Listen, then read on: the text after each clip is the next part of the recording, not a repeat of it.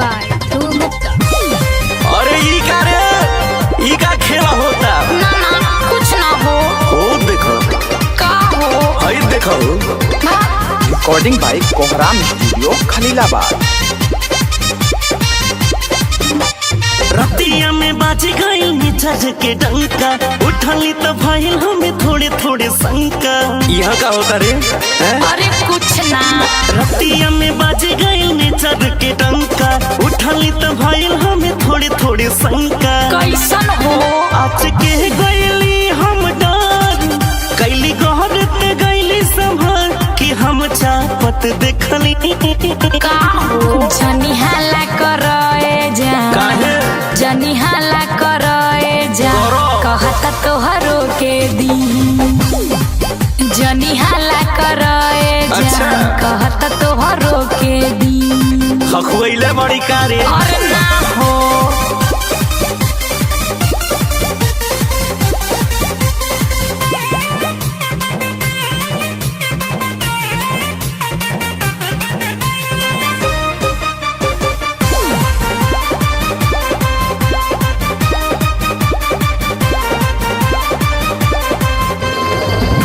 लुका छिपी लाली चुसाई दहिया दहिया के लड़ाई नहीं हो कबले बकरी के माई का कितना दिन खैर मनाई। अरे जानी जब गईला राजा अच्छा हो दिहना ऐसे साजा अब पड़ोसी जवान परोसा।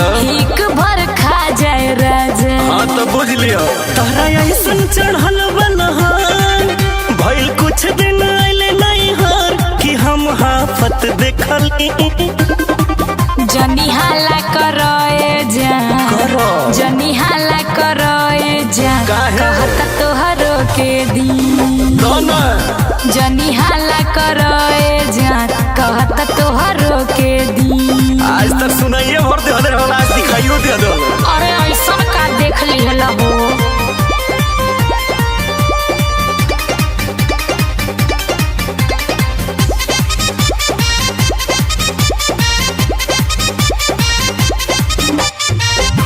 रही हम सुनले चर्चा का हिलावेली तेजिलबे अच्छा।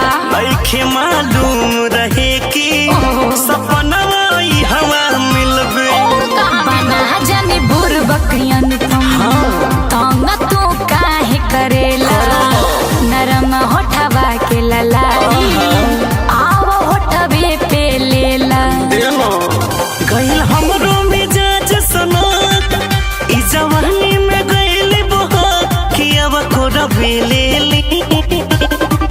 जनी हाला करे जान जनी हाला करे जान कहता तोहरो के दी जनी हाला करे जान कहता तोहरो के दी हाँ तो चला जो खबे करी चलो